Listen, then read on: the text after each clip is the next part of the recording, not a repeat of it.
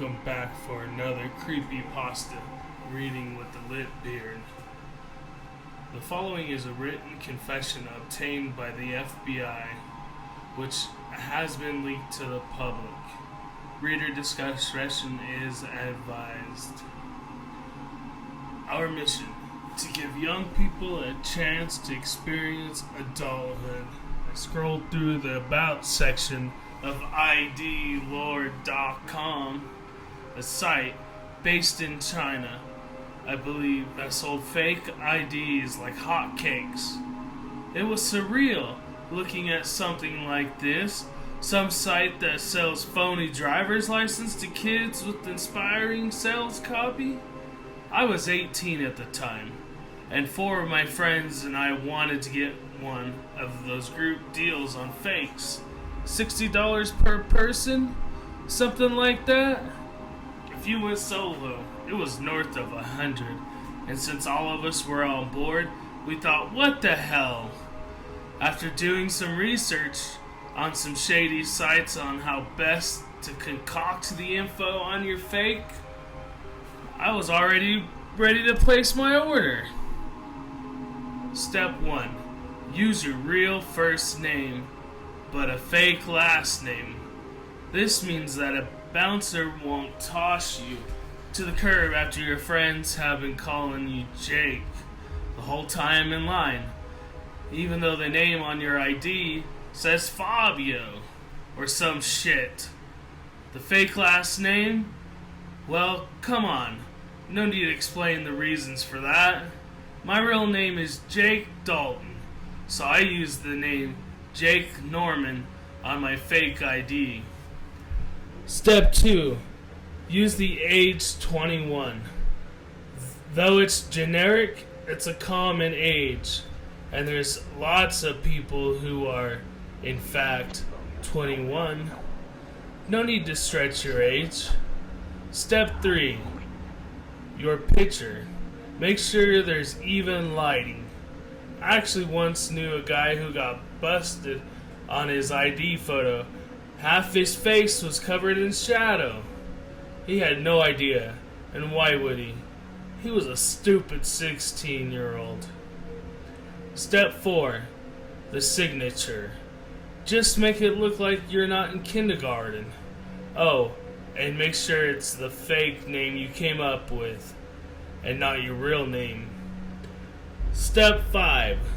The address that trips some people up. Some people make up a completely fake address, but then they don't remember it when a suspicious bouncer asks them. Instead, use your real house number so you can remember it. Then make up a street, a fake one, and change the state to whichever the state your ID says. Okay, easy enough. So I got my fake in the mail, checking the mailbox profusely over the next couple of weeks to make sure my parents didn't intercept my package. And it looked great. I live in Asheville, North Carolina, and my fake ID was a Tennessee driver's license, the state which borders mine. I live at 308 beep beep. So the address on my ID was a place in Tennessee called 308 beep beep beep beep. Easy to remember. My friends and I, or should I say Jake Norman, had a blast that Friday night. We got past bouncers, we bought cases of beer, we got into bars, and did shots with our cash tips we had gotten at work. It was great. My friend Sammy and I were chilling the following day. Saturday afternoon, we were sort of hungover and a bit bored, just watching stuff on YouTube and reading stuff on forums. As we go through 4chan, we came to find that there was a thread for ID Lord, the site we got our fakes from. We decided to click on it. See how other folks made out with their fake ID experiences? There were little minor complaints. The UV is a little high, or the signature looks stretched. There were glowing reviews, too. And then we came across something that was a bit odd. There was a subthread which was titled, "The address I made up for my ID is a real address." Anyone else notice this? What followed up were half a dozen comments claiming the same thing. Naturally, Sammy and I went and looked up the address I made up. There was, on Google Maps, 308 Whitebrook Lane, and in Tennessee, no less. We thought maybe ID Lord used real addresses for realism, but surely that would be illegal. I'm no law student, but that seemed like a form of impersonation. But there was one thing that really caught our attention. A few of the commentators claimed that the houses had money stashed in the floorboards. Lots of it. People came up with theories as to why this might be. The most convincing was that maybe the house were drug dealers used by the same cartel that sold the fake IDs. Well, being broke high schoolers, Sammy and I were soon en route to the address, which was only a few hours from my house. It was sunset. By the time we arrived, the house was a 2-story home in the hood, and it had a chain link fence surrounding the property. A large oak tree stood in the backyard, looming over the house as if it were protecting it. Beyond that were some woods that stretched into the neighborhood. Sammy and I got out of the car and headed for the property.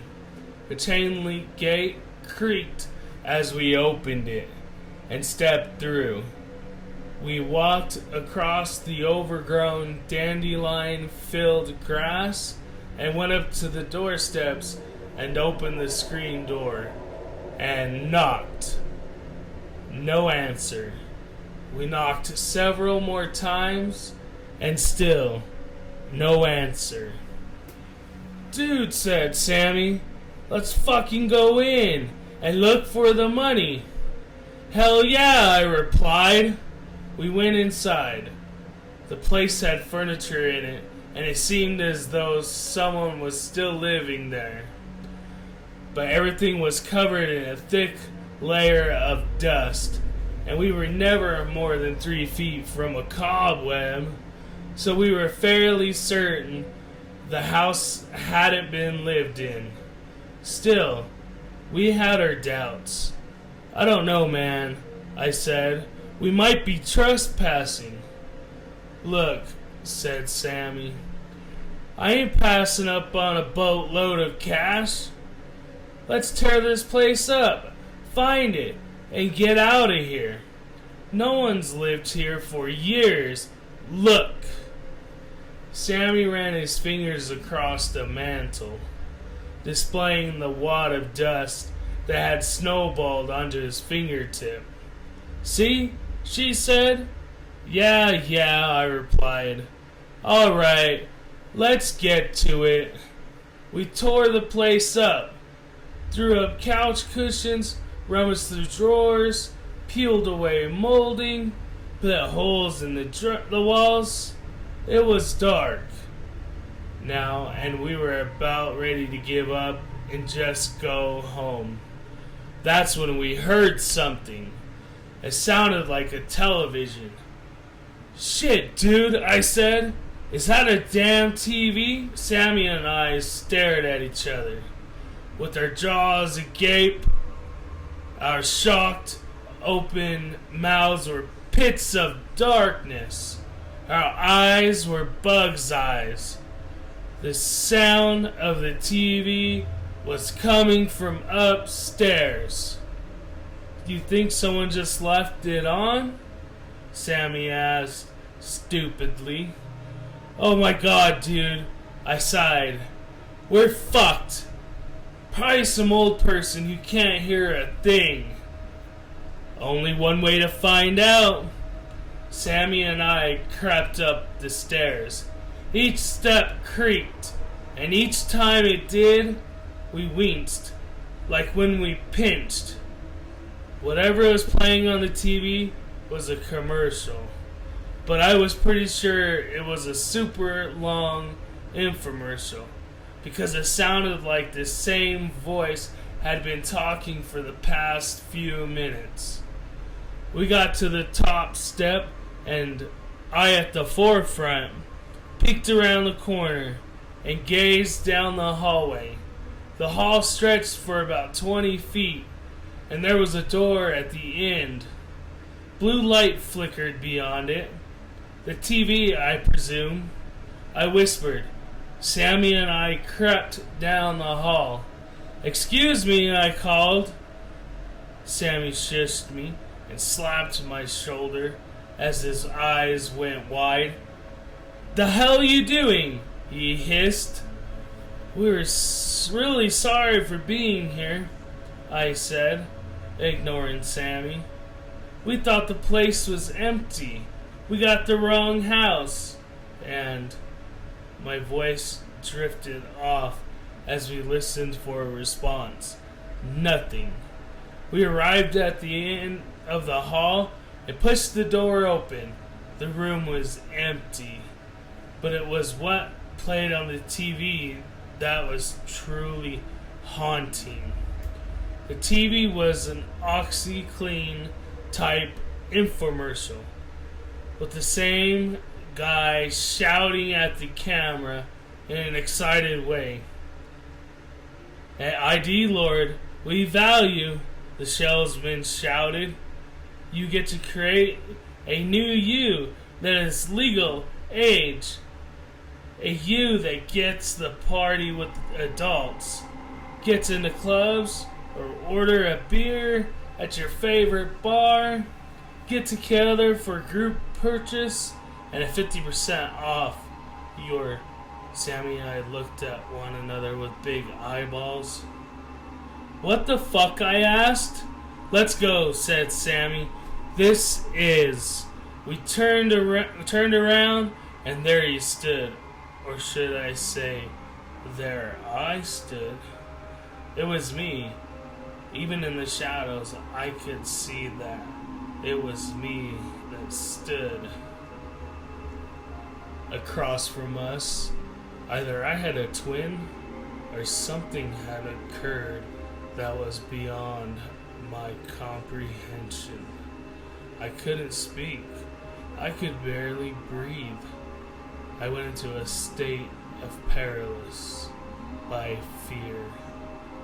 Me, the other me, wore the same clothes I'd been wearing in the fake ID photo.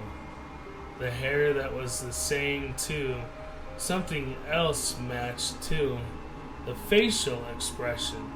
When I'd gotten my photo taken, I just gave a little half smile.